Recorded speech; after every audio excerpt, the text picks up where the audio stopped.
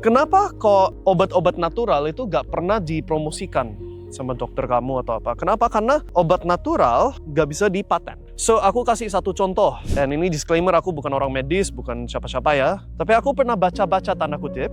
Ada satu obat, sebenarnya banyak obat. Let's say for example, aspirin. Aspirin kan obat umum di Amerika terutama. Aspirin itu dapatnya dari apa? Dari kayunya si pohon willow.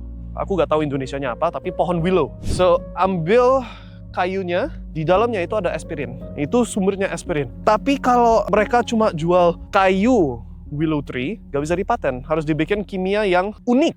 Di dalam struktur kimianya itu diganti sesuatu supaya unik dan itu bisa dipaten. Baru itu dipamer, dijual. Contoh yang lain, ada pohon di Indonesia. Kalau nggak salah Indonesia atau di mana ya? Aku lupa. Pohon kina, kayak itu kalau bahasa Indonesianya. Kalau di bahasa bule Inggris, quinone atau apa, aku lupa namanya. Intinya pohon kina. Nah, pohon itu ternyata efektif sekali untuk hal-hal kayak malaria. Malaria dari nyamuk. Tapi kalau cuma jual gitu aja, nggak bisa dipaten. Jadi harus bikin yang versi yang sudah derivatif dari obat itu, yang chemical structure-nya diganti sedikit supaya bisa dipaten. Itulah yang kalau obat-obat namanya hydroxychloroquine atau quinone, itu semua dari situ. You harus bisa menanyakan hal-hal kayak gini dan research hal-hal kayak gini supaya tahu sifatnya penyakit, supaya tahu juga sifatnya kesehatan dan bisa ambil keputusan yang lebih bijak. Ketika mereka bilang, you harus pegel tangan nih, kalau nggak bisa terbang, nggak bisa apa-apa.